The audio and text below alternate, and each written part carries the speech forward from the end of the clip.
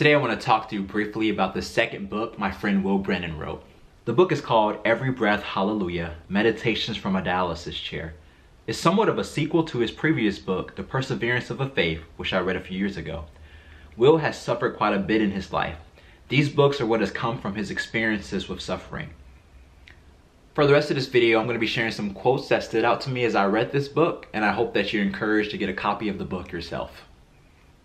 Every time I have been angry with God, when the dust has cleared and the storm has calmed, I have come out on the other side closer to God than I was before.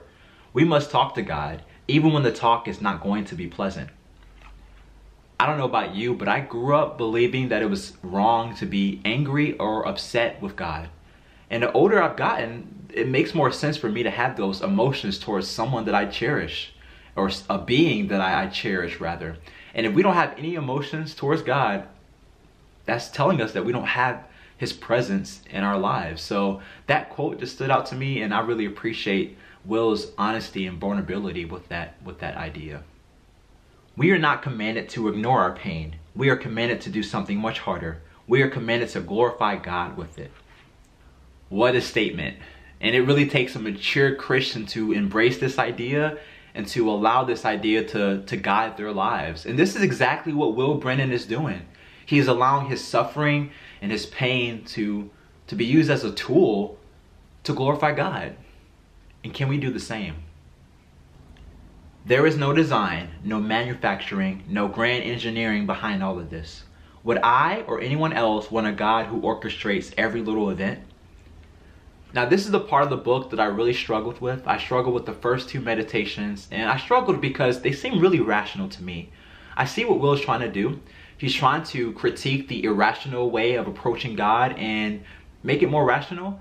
But I think there's a struggle there too, because I don't think we're supposed to have a rational faith.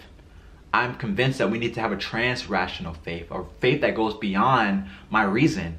So if I don't understand God, that's good. And I think as soon as we have an understanding of God that we can put in a nice little box, he ceases to be God.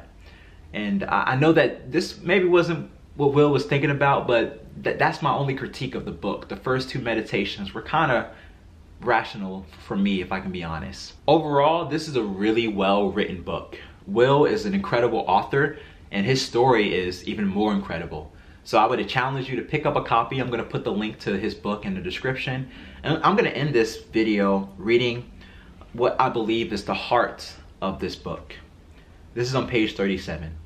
I have seen heaven on earth in a dialysis ward. I have seen the kingdom break through into my hell. Heaven is in me. I can never be in hell. Therefore, knowing what glories lie ahead, I can face even this with the resilience that only comes through faith.